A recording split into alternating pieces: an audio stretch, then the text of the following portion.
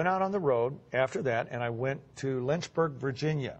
Not a place you'd expect to see a world-class athlete, but there's a strength and conditioning coach there, Bill Gillespie. And Bill used to be the strength and conditioning coach for the Seahawks. But one thing he had never stopped was weightlifting. He had wanted to set world records. He told me he wanted to be the strongest man in the world from the time he was a kid.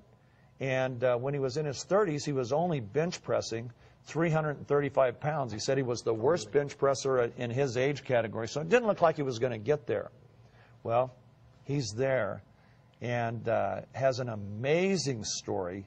Since he's been on Max, he has seen things he never dreamed of. And he now wants to get all athletes, every athlete he comes in contact with, he wants to get on this product because of what it's done for him.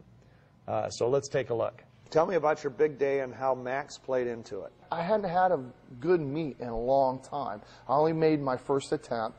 I went up 30 more pounds and I missed it. And it just seemed like things just never clicked. I was introduced to MaxGXL, and I was told if you really want to have a chance to have your peak performance, you should try to take 4 packs a day. Okay, it made sense. The science makes sense, and I said, I'll give it a try. I go to this meet in Wisconsin, and I had the day of my life. I went 4 for 4. I set a total of 5 world records, and in fact, the 804, when you watch it, looked easy. So I really believe I could have done even more that day. I didn't even expect to get 804. I'm very thankful for that day. Is it normal for a person to break a world record and then break that record? No, it's never, I've never had a day like that. I opened up, because I knew I was relatively strong. I knew I had a good day. I opened up with 6 pounds over my age group world record. And I was a little nervous about that, but I thought I can handle it. And I was pretty confident in my first and second attempt. I thought I had a good chance. What I didn't realize was those were going to be the 2 toughest attempts I took. After that, it got easier. I've never had a day like that. Usually it gets harder. I went 722 for my age group world record, went to 749, got another world record for my age group, went to 771. A little nervous about that. It got it easy, and then I went and I said, you know, the open world record's 801. I used to have it at 800. I thought, let's just go for it. I have nothing to lose. Let's give it a try. And when he handed it off the weight to me, I thought, if I miss this weight, I'm going to be embarrassed. And it went up, at the time, relatively easy. So I couldn't believe it. What a day. I mean, what an incredible day I had. And I'm very thankful for that. Had you ever had a meet where you recovered so quickly that you could keep adding weight like that? Never.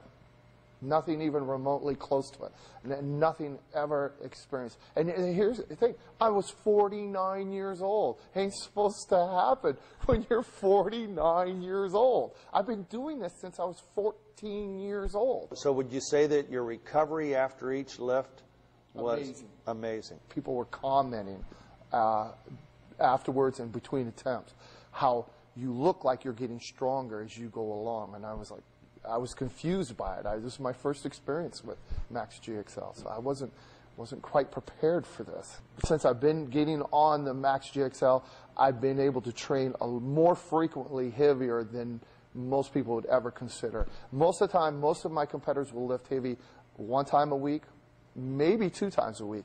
I'll lift heavy 4 times a week. I was so excited. I will only compete in a drug-tested meet. The first thing I did was I go to the meet director and I said, I want to be first in line to get drug tested. I want to get drug tested right now. He says to me, he goes, Bill, you are the only guy that always insists on getting drug tested. I said, it's because I have nothing to hide. So that guy got drug tested. I had been drug tested 8 weeks earlier, so there was nothing to hide. I got my test results back. Everything perfectly clear. No masking agents. Everything's 100% approved, and I have been lifetime drug-free all my life. And as far as supplements are concerned, I've never been a big fan of supplements. I've always been a lot more leaning towards food. They just never seem to work, to be honest with you. And And after you try one and you find that it does work, you start to realize which ones really don't work. And this stuff is pretty incredible what it's doing for me. I'm excited. I can't wait to see what's going to happen at Worlds in October. I'm hoping to do something extraordinary. What would you say to the people out there, the athletes that are thinking, should I try this, should I not try this? What would you tell them about Max? Oh, I'd tell them to definitely give it a try.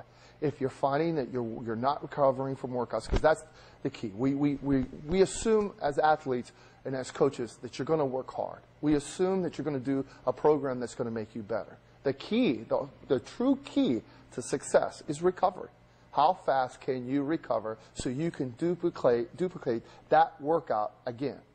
And MaxGXL has allowed me to do that at 49 years of age, almost 50. If it works for me, what could it do for someone younger than me? It'd be amazing.